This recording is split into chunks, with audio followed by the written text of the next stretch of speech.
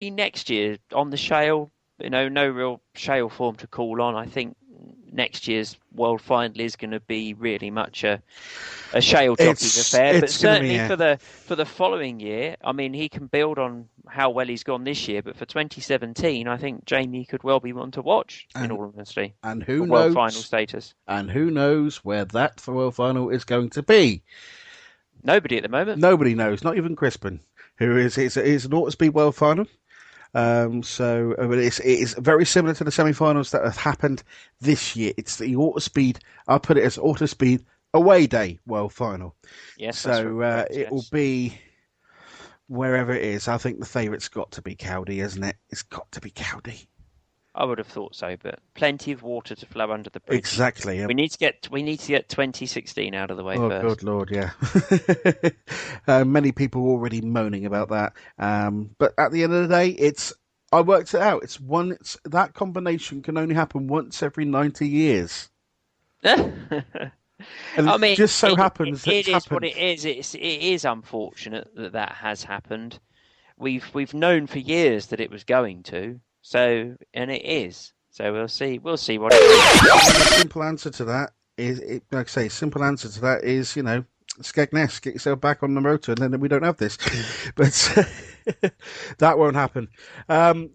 Well, no, we don't know, but never say never. But the UK Speed Weekend, that is the deal that Skegness Stadium have with Bristol Formula 2 to make sure that the UK Speed Weekend is locked in every year in July, which of course we all love. That's how we want it. That was the deal, I believe, is that they came off of the rota for the semi-finals.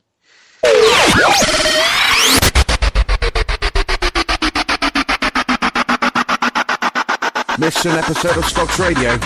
I feel your pain, brother. Missing an episode can bring on mental episodes and life-changing circumstances. However, there is a solution on the horizon. iTunes! Simply open up iTunes, go to podcasts and search for Stocks Radio. Hit subscribe and it doesn't cost you a penny. And the next episode is dropped straight into your listening device. Rate, review and subscribe. And never miss an episode again. Warning, missing an episode doesn't actually bring on mental episodes. Your experience may differ. Yet stops can go down as well as up. Your home is at risk if you set fire to it.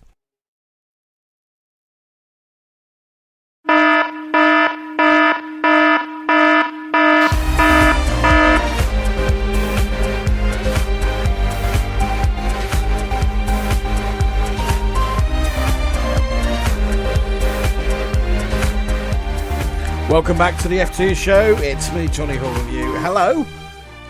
If you have just picked us up, that's great.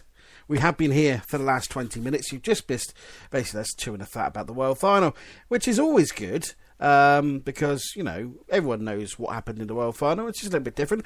If you haven't listened to it already, it is up, available on Spreaker.com/Stocks Radio. It's also available if you type in Stocks Radio into the podcast section on iTunes. That's the previous episodes, including the World Final show, which is worth a listen. It is the commentary of the semi-final, consolation semi-final. We also got the semi-finals commentary on one of the previous weeks.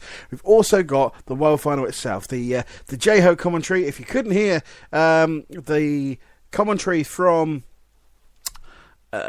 where was it? If you couldn't hear the commentary on the bends because the PA at Hensford was appalling, and obviously you had the man that they call Goddard on the mic as well. So if you don't like Dave Goddard, but you like me, obviously you do because you're listening to this right now. You're not listening to that other nonsense on that other station.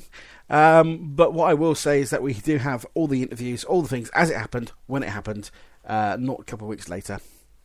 So that was the story of that. Now we'll go back into the normal meetings coming, but it's been a while since we've done one of these, so we ought to go through what's been happening in the world of Bristol Formula 2 over the past couple of weeks. Now, we all know what's happened in the past couple of weeks. It has got a bit more tasty. If we take the World Championship out of the and I think the last episode was before the semi-finals. So we have all this information, we've got all these interviews and the rest of it to play. We've also got an excellent final from Taunton to play out.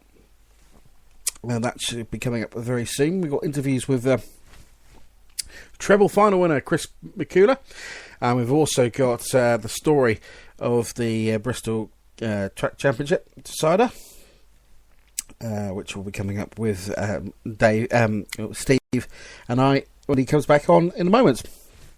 But let's have a look at what's happened in the season so far. Right, so let's go back to the bank holiday weekend. And, well, it was a cracking weekend indeed. It's obviously busy, as it always is. Northampton played host to a evening meeting on the Saturday night, the 29th of August. Most of the Stockcar fraternity was over at Milton Hall watching the Saloon World Final, which was won by Simon Welton in number 6, if you're not a Saloon man. But it was AJ Thompson who took the first heat, then a win for Sam Weston in the second.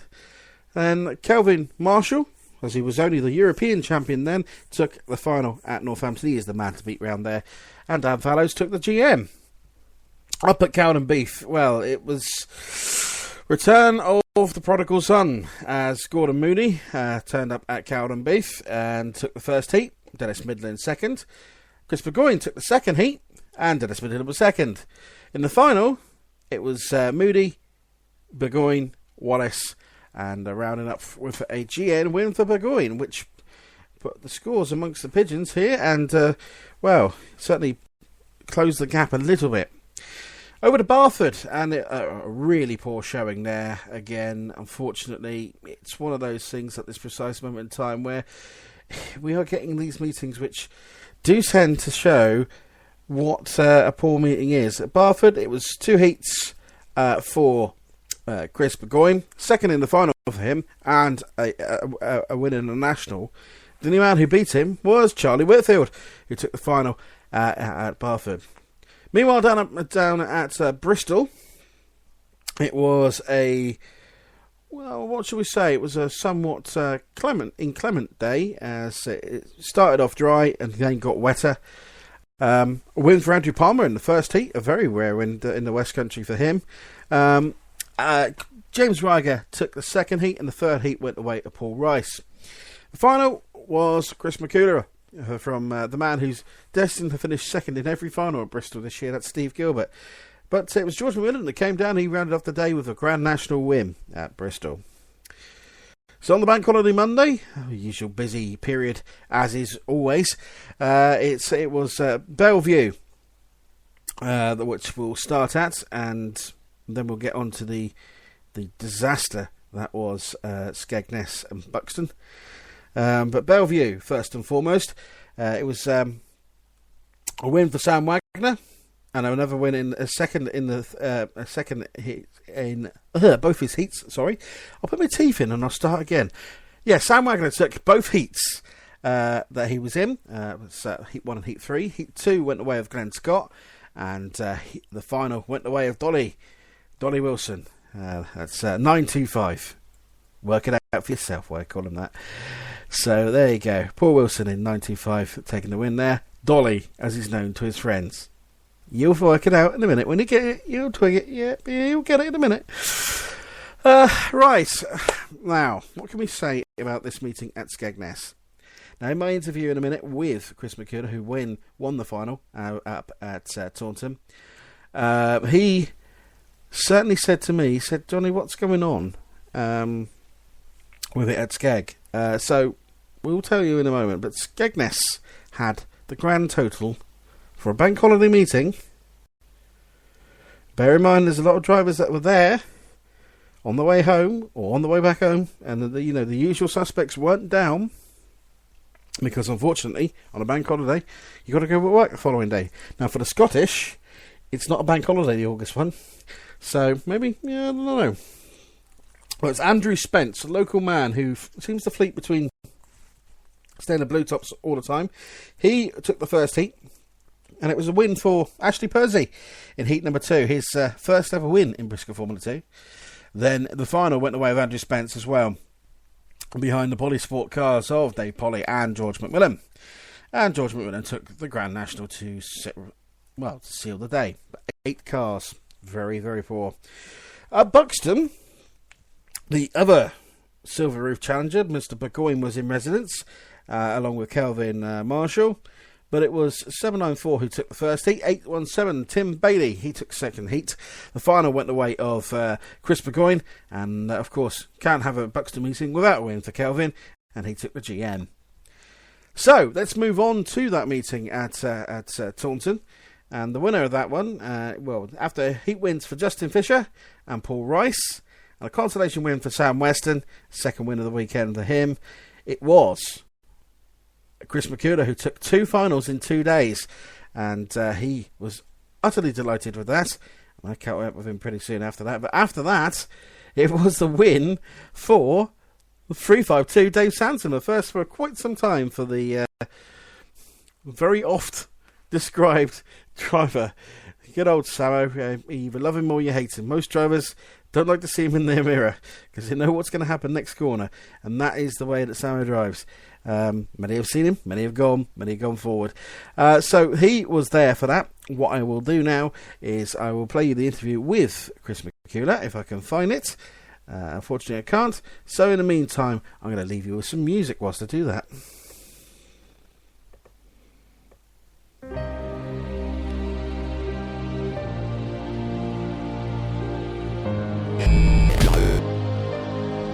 The F2 show. Well, we couldn't think of anything else to call it.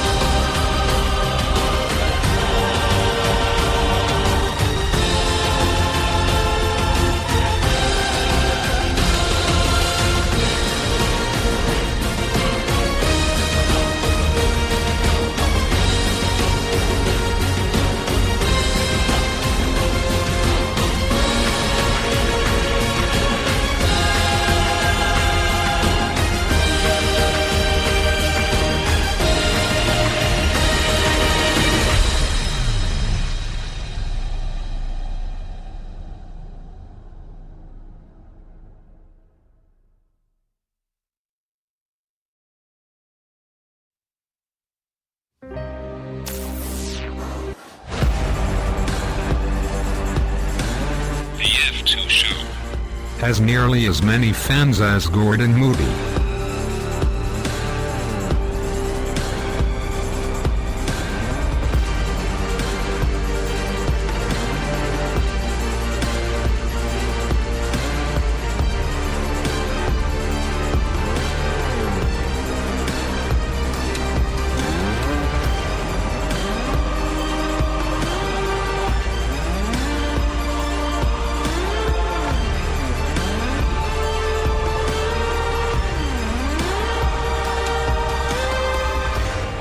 So apologies for that. You know, they say a bad workman blames his tools, and I'm certainly blaming my tools tonight because that's was unacceptable. But I do apologise. It was a case that I've got, like I say, a new laptop. Laptop Death is what I had during the week. Sounds like a metal band, that, doesn't it? Laptop Death. But Laptop Death I did have, and that's what I did. My laptop died, so fortunately recovered the hard drive. It's in a caddy. It's now plugged in to the rest of bits and bobs. I've got more plugs in here, USB plugs going on at this precise moment in time, then I don't know what. But certainly it's